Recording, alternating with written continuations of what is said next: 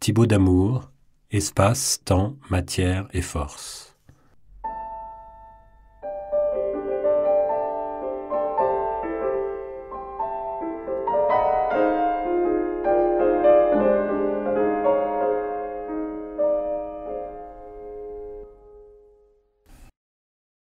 Au début du XXe siècle, les concepts fondamentaux de la physique étaient l'espace, le temps, la matière et la force.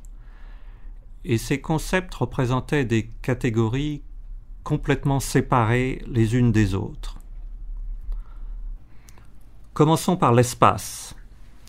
L'espace est un concept hérité essentiellement de la science grecque, et nous avons tous appris à l'école ses propriétés fondamentales, celles dites de la géométrie euclidienne.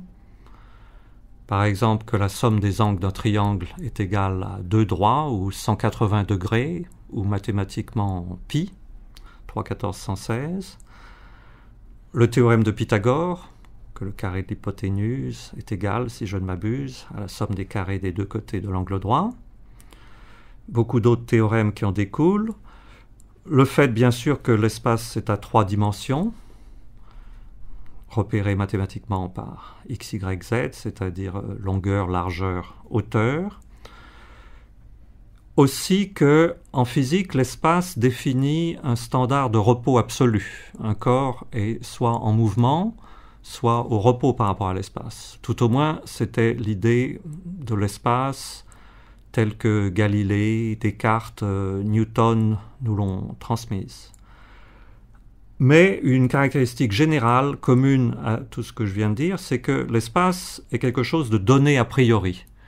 C'est comme, donc, je disais, une grande boîte vide qui va définir un cadre d'existence pour le reste de ce dont on va parler. Mais ce cadre vide est donné a priori indépendamment de la matière. La deuxième catégorie fondamentale de la physique au début du XXe siècle, c'est le temps. Le temps est considéré comme étant complètement séparé de l'espace. Lui aussi, comme l'espace, il est donné a priori, même s'il n'y avait pas d'objet dans la nature, on imagine que le temps s'écoule, comme on dit. Le temps, comme l'espace, est muni d'une certaine géométrie, qu'on appelle la chronométrie, puisqu'on peut mesurer des intervalles de temps. Mais le temps, contrairement à l'espace qui a 3 dimensions, n'a qu'une seule dimension. Donc il y a une géométrie, une distance entre 2 instants du temps, mais cette distance est le long d'une seule direction, dite de l'écoulement du temps.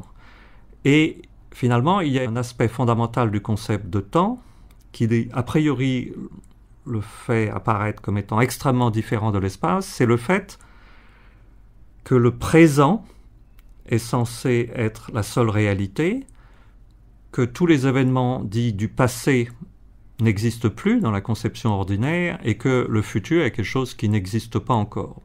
Donc, le temps, comme on dit, c'est quelque chose qui passe, qui s'écoule, et ceci de façon irréversible du passé vers le futur. Donc là, quelque chose qui semble être très différent de l'espace. Les deux autres catégories essentielles de la physique au début du XXe siècle sont la matière et la force. Qu'est-ce que la matière ? Le concept de matière, là aussi, vient des Grecs. Rappelons-nous la phrase « des atomes et du vide ». Donc les Grecs concevaient la matière comme faite d'atomes, et ces atomes présents dans le vide, c'est-à-dire dans l'espace, en fait. L'aspect essentiel qui caractérise la matière, c'est sa permanence. Comme disait Lavoisier, rien ne se perd, rien ne se crée, tout se transforme. Et Lavoisier avait montré par des expériences que ce qui permet de tester la permanence de la matière, c'est la quantité de matière, c'est-à-dire la masse. C'est Newton qui a défini la masse comme étant la quantité de matière, sans en fait la définir de façon précise, c'est un concept fondamental. Mais le point essentiel de la masse, c'est sa permanence. Quelles que soient les transformations de la matière, par exemple dans une réaction chimique, il y aura la même quantité de matière, c'est-à-dire la même masse au début et à la fin de la réaction. Mais cette matière, sous quelle forme est-elle? Donc depuis les Grecs, on pense, avec des éclipses d'ailleurs, qu'elle est faite d'atomes.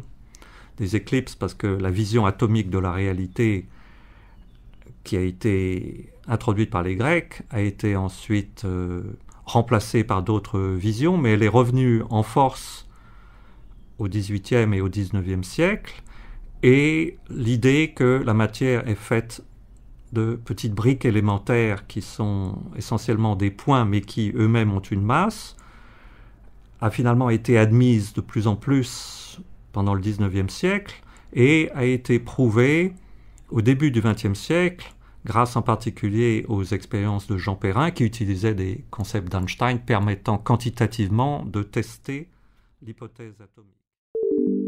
Nous espérons que vous avez apprécié cet aperçu.